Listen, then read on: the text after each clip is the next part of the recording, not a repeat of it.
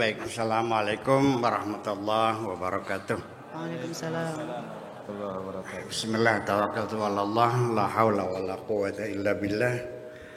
Asyhadu an la ilaha illallah wa asyhadu anna Muhammadar Rasulullah. Allahumma salli ala sayyidina Muhammadin wa ala alihi wa sahbihi ajma'in, ma ba'd. Silakan buka halaman 803 di alinya paling tengah. Bismillahirrahmanirrahim. Wa hakadha tatakashafu hadhil hamla an kashfin tabi'atil yahud. Bahwa di sini dijelaskan, diungkapkan jelas Al-Quran dalam bentuk campaign, ya, mengungkap tabiat watak tabiat orang Yahudi, wa tarikhihim, dan sejarah orang-orang Yahudi, wa fadhati illatihim wa adam al-istijabati lirrasuli, dan juga rekayasa mereka, ya, dan juga tidak merespon dengan positif terhadap para rasul yang diutus untuk mereka, wa ta'annutihim, dan juga keras kepala mereka, wa damghihim bi ta'annuti, dan mereka punya watak selalu membangkang ma'an nabiyihim, dengan nabi-nabi mereka, wa qaidihim, dan pemimpin mereka,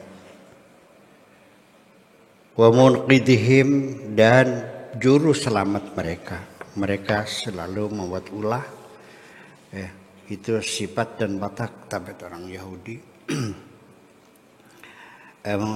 Kalau orang namanya merengkel, banyak bacot, ya kan, susah diatur gitu.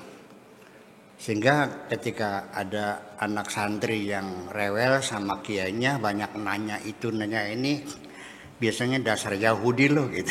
Jadi sebagai peribahasa bahwa Yahudi itu memang susah diatur gitu. Ini kata di sini seperti itu.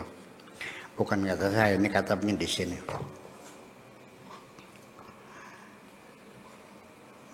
Wa yusru irtikabihim lil munkari, dan juga betapa mudahnya orang-orang Yahudi melakukan kemungkaran-kemungkaran.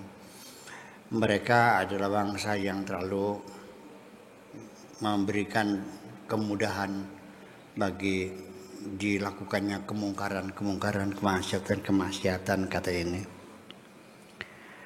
Kemudian wajahihim bisu'i, dan juga mereka terlalu terbuka dengan hal-hal yang negatif, caci maki, kejahatan terbuka.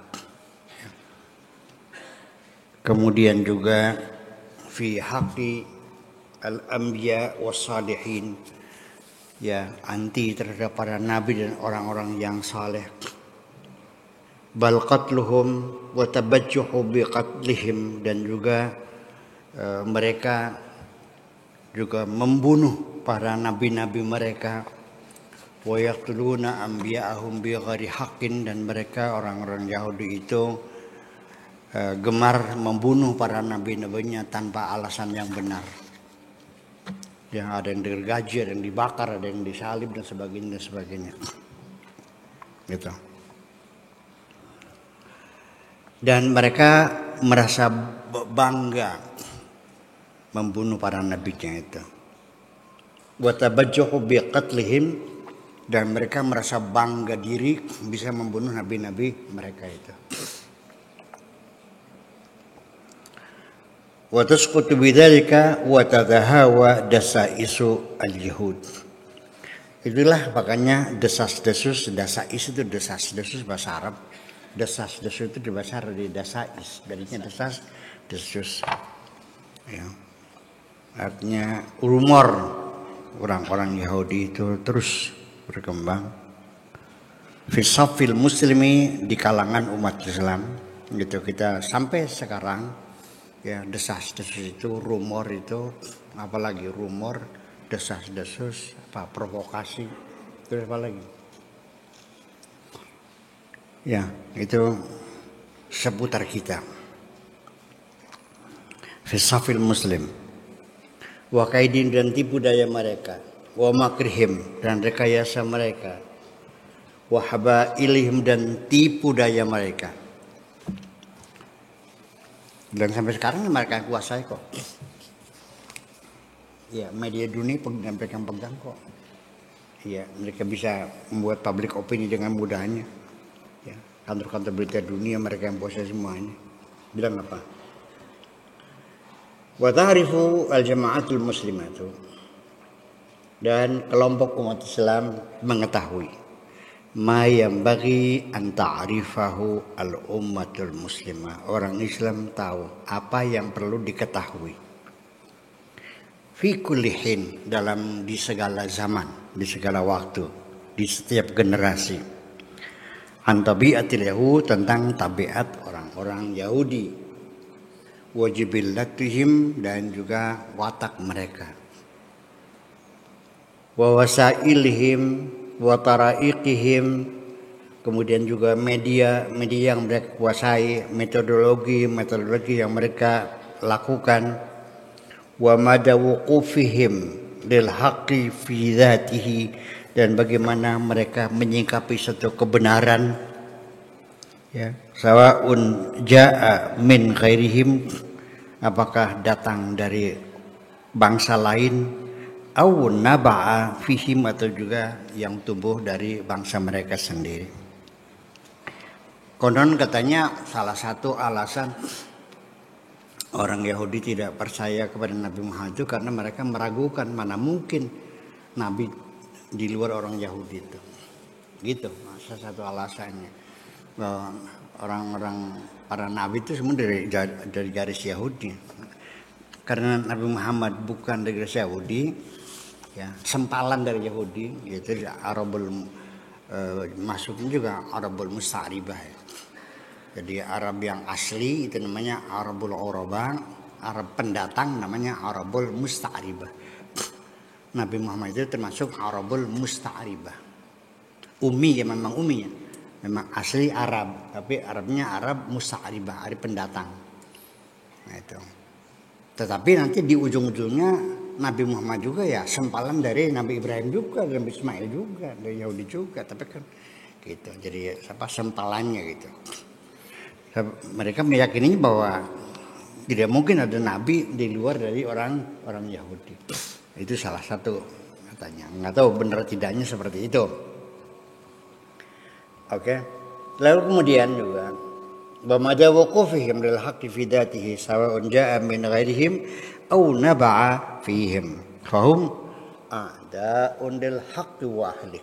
Tetap selamanya pada akhirnya sekalipun nabinya datang dari ras mereka, dari suku Yahudi, tetap aja mereka musuhi kok. Ya, jadi apalagi dari luar ini kami juga dimusuhi. Yang hadis Nabi Zakaria, matanya digergaji kan. Ya, melarikan diri dikepung, sembunyi di pohon, mereka tahu ditutup pohonnya, digergaji pohonnya. Ini seperti itu. Kemudian walil huda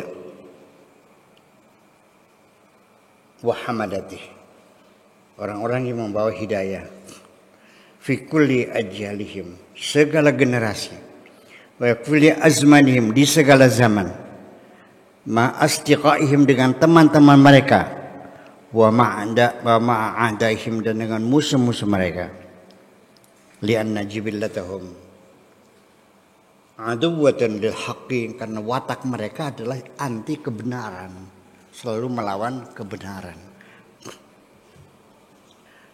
Jasiyatun qulubuhum, hati mereka keras, ghalidhatun akbaduhum, jantung mereka sangat kaku sekali. La yahnuna ru'usahum, tidak pernah mereka menundukkan kepala, mendongak sekali kepala dengan segala kesombongannya. Illa lil mitraqati, kecuali kalau dikampak kepalanya baru nunduk. Ya, kepalanya mendongak terus orang Yahudi itu. Ini kata sini, bukan kata saya. Wala yusallimuna lil haqqi illa wasiful quwwati masalat ala riqabihim. Dan mereka tidak pernah mau menerima kebenaran kecuali harus dipenggal lehernya dengan pedang. Baru mereka tunduk kepalanya. Jadi memang keras dari dulu ya, sampai sekarang juga sama. Iya, mereka. Dan yang anehnya lagi, setelah temuan pengetahuan di tangan mereka. Dari nuklir sampai listrik sampai segala macam. Ya, bioteknologi, ya, bioengineering di tangan mereka semuanya. Ya kenapa? Ya, lamanya gitu gimana? Ya, jadi tapi memang gini sih. Anak-anak kita juga kalau yang jenius itu nakal. Betul nggak? Kalau yang pelongo itu bodoh. Sampai sekarang anak jenius itu selalu nakal. Semua dirusak di rumah. Kasetnya ditarik-tarik, semuanya rada dibuka semuanya. Jadi sangat curious, sangat kepengen tahu. Itu wataknya. Jadi mungkin salah satu sebabnya orang Yahudi pintar ya karena nakal itu. Ya, jadi bahwa apa yang punya anak pinter ya siap-siap aja gitu. Ada plus minusnya. Iya, susah diatur dan seterusnya. Memang seperti itu. Oke, saya kira mungkin itu saja. Tetapi juga kita mesti jujur ya, bahwa cerita tentang Yahudi ini kitab tafsir karangan Said Qutb bercerita tentang Yahudi. Oke, kita terima ada bukti dalilnya. Tapi ya mungkin saya berpendapat ya, tapi ya tidak seburuk seperti itulah. Manusia hidup itu pasti ada plus minusnya kok, betul nggak? Ada positif dan negatifnya. Tidak ada orang sempurna di dunia itu, kecuali ya ada plus minusnya. Jadi artinya bahwa nanti sekali lagi apa yang dikatakan Al-Quran, coba kita sekarang bertanya, Al-Quran diturunkan kepada siapa? Nabi Muhammad. Berapa kali Nabi Muhammad disebut dalam Al-Quran? Berapa kali Fir'aun disebut dalam Al-Quran? Ceritanya tiap halaman punya Fir'aun dulu. Karena yang paling inti itu. Jadi sesungguhnya ketika Allah menceritakan Fir'aun, Yahudi, itu menceritakan kamu sebetulnya mah. Ya, mereka mau bola putih aja kalau tahu. Bisa main bola sodok nggak? Nah, bola putih itu apa? Untuk pantulan kan? Ya, yang tujuannya bukan bola putih. Tujuan mah nyindir kamu gitu. Tujuannya menegur kamu. Tapi yang disodok apa bola putih diterjangkan menunggu, namanya juga bola putih. Ya. Ngomongin Fir'aun, tentunya ngomongin kamu juga. Ya, bahwa artinya bahwa apalagi zaman dahulu kala di Jazirah Arabia, sekarang saja saya di Indramayu, yang menghalang-halangi saya bukan orang Kristen, bukan Yahudi, orang Islam sendiri kok, kiainya sendiri. Yang melarang saya beli tanah orang sendiri. Terus gimana? Masa ngelawan? Ya udah kita lawan dong. Masa saya mau harus bermusuhan dengan orang-orang Islam? Ya udah aja. Dan saya tahu kok alasannya apa? Kecemburuan, takut kehilangan pengaruh. Itu aja persoalannya. Ya iya, masa saya harus berantem sama orang yang takut kehilangan pengaruh? Memang saya mencari pengaruh di sini, enggak kok. Saya ingin bekerja kepada Allah, selesai. Ya, tidak untuk siapapun. Dan aku tidak mengharapkan penilaian siapapun. Biar Allah yang menilai. Aku tidak perlu saksi. Tidak perlu dilihat oleh orang lain.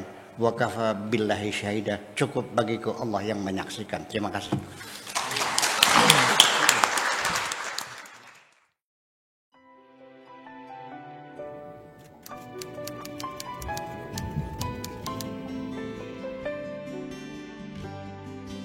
Aku hanya ingin berbagi kebahagiaan dan tidak menggurui siapapun. Terlalu sulit bagiku untuk menyalahkan siapapun. Akan tetapi apabila ada orang yang ingin mengisi raportku, tentu aku sangat gembira sekali. dan kujamin aku tidak akan sakit hati sedikit.